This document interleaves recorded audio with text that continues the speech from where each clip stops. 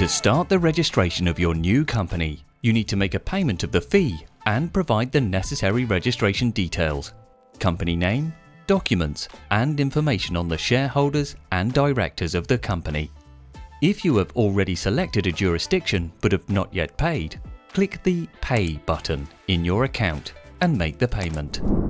If you are not sure about the company package you chose, don't be worried. You can change it anytime before the payment.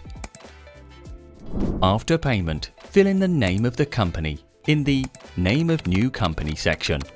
In case this name is already taken, we recommend providing several alternative names. Save them. Next, add the shareholder and director details of the new company.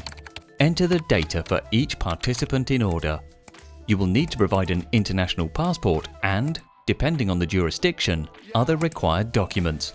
Upload a photo or scan of both sides of your ID and make sure the quality of the photo or scan is good and the information is legible. Click Accept and move on to the next page. Fill in the details and upload the proof of your address.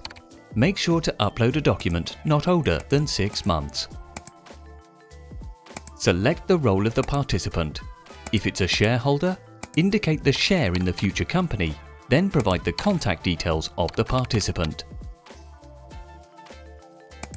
If necessary, repeat the procedure and add other participants.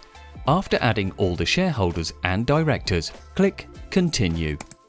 Double-check all the details carefully and confirm them.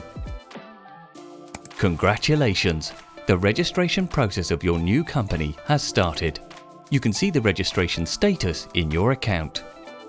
After completing the registration, you will receive a notification to your email and will be able to download all the company formation documents in your account.